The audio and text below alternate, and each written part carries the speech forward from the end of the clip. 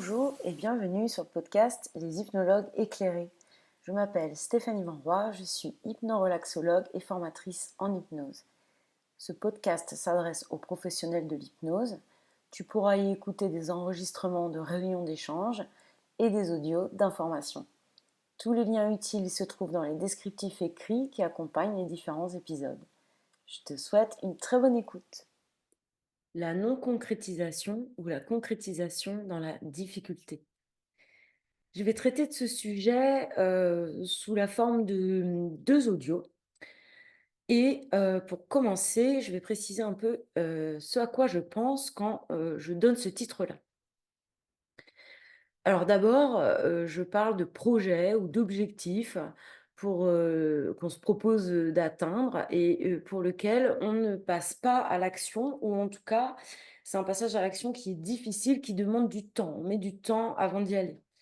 Ou on ne le fait pas du tout donc. C'est ce qu'on appelle communément la procrastination. Donc par exemple, on a des idées dans la tête, des projets dans la tête, mais il y a pas de matérialisation concrète, de ce qui se passe dans la tête.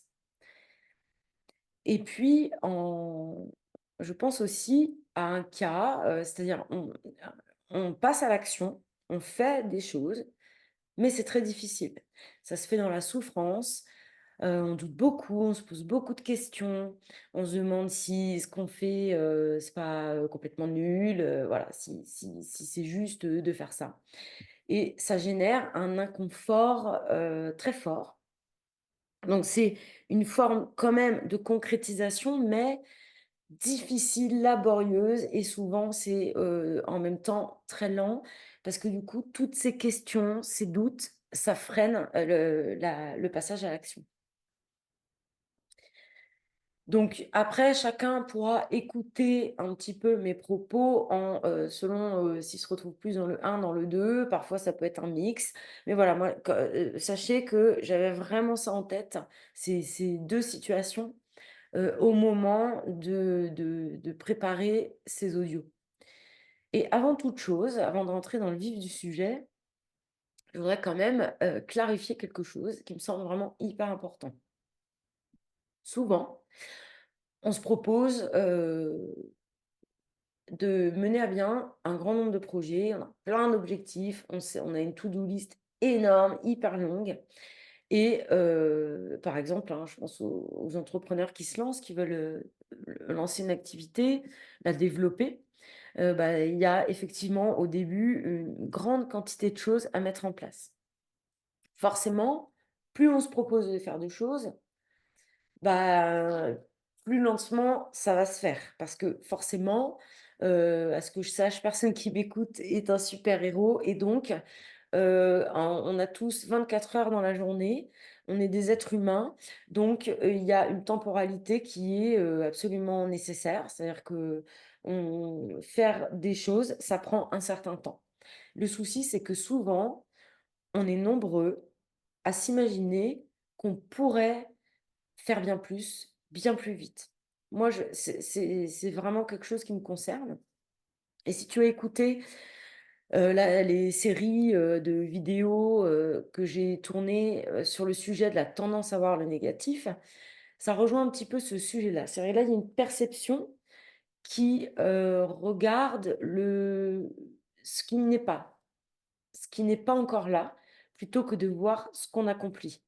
Donc soyons très clairs, si on se propose de faire beaucoup de choses, ces beaucoup de choses vont avancer, enfin, lentement. Je sais même pas comment le qualifier, en fait, parce que du coup, il y a pas de lent, rapide, enfin, c'est une certaine temporalité, en tout cas.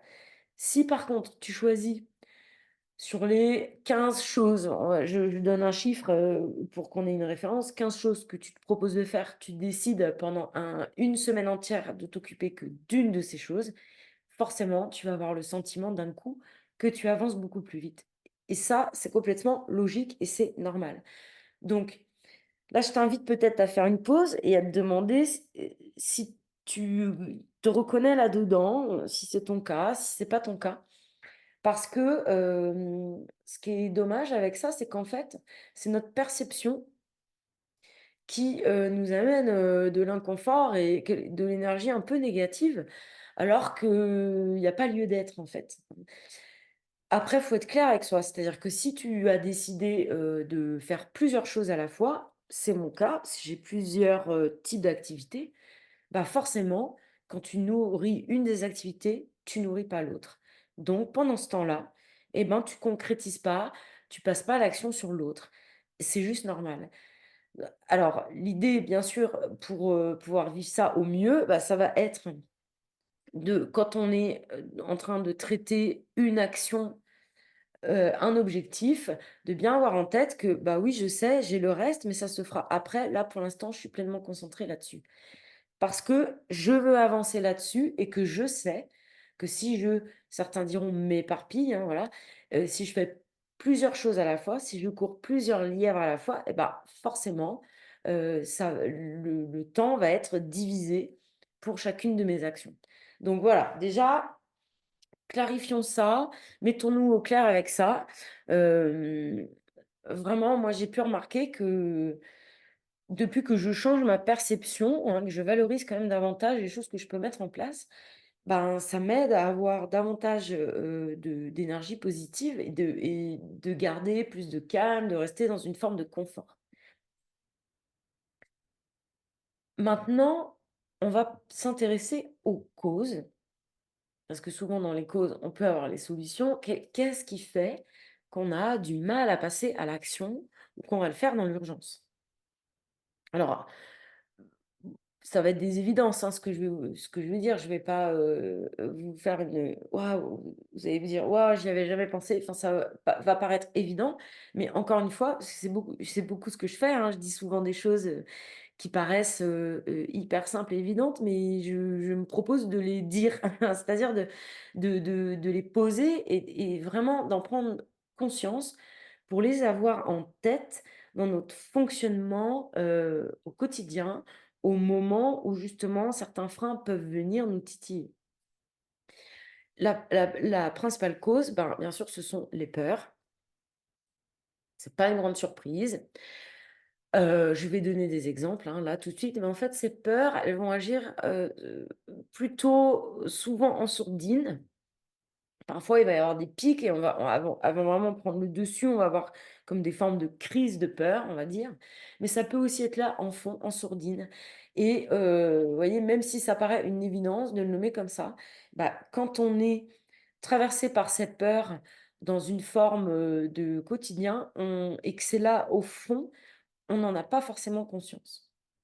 Donc elles vont apporter de la lourdeur et nous ralentir. Ça va amener une lenteur. On va vraiment avoir du mal à s'y mettre. Ça va être lent, laborieux et parfois même l'action n'existera pas. Ce sera trop compliqué de s'y mettre. Donc bien sûr, exemple de ces peurs, bien, number one, enfin toujours la fameuse, bah, la peur de ne pas être légitime. Voilà, hein, on se propose, d'accompagner. Là, je prends cet exemple-là, mais peut-être que d'autres personnes qui nous écoutent, qui ne sont pas du tout des accompagnants ou des entrepreneurs, peuvent, transférer ça à d'autres, sphères de leur vie. Donc un sentiment d'illégitimité. On peut et donc avoir peur, bah, de se rendre visible dans son activité, communiquer, sur ce qu'on fait. Derrière, il y a souvent une peur, du rejet. Peur, que ce soit inconfortable de mettre tout ça en place, peur qu'il y ait, une montagne de travail, que ce soit à nouveau, très inconfortable, très difficile. On peut avoir peur de se tromper, peur de faire des mauvais choix, parce que souvent on a à choisir ce qu'on met en place. Et puis à l'inverse, on peut avoir peur aussi que ça marche trop et qu'on ne puisse plus gérer, qu'on soit complètement happé, parce que peut-être on a, une habitude, d'y aller à fond, d'être dans un système qui avance comme ça un peu en force et on a du mal à se limiter nous-mêmes, en termes de temps qu'on donne, d'énergie qu'on donne. Alors là, ben, comme toujours, je conclus toujours à la même chose, il y a pas 36 000 solutions par rapport à ça, à part faire un travail sur soi, dans le sens bah, comprendre vraiment ce qui se joue en fait en nous, hein, exactement dans ces endroits-là, bah, je vois pas d'autre solution en fait. Et ça va commencer pour donner parce que là, c'est tout un travail à faire, en étant accompagné.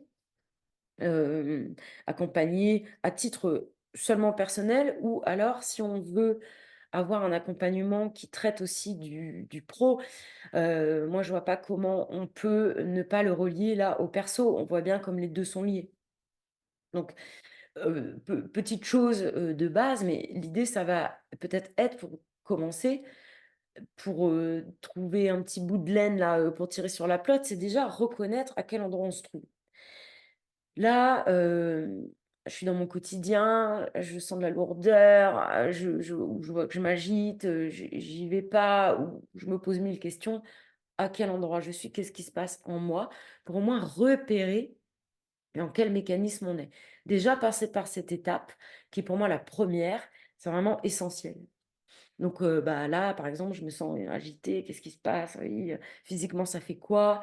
Puis, parce qu'après on peut les reconnaître, hein, ces sensations physiques et puis on peut, vraiment laisser émerger les sensations. Je sais pas, on fait ses premières publications, puis on sent que, ouh, c'est un peu vertigineux, ça fait peur.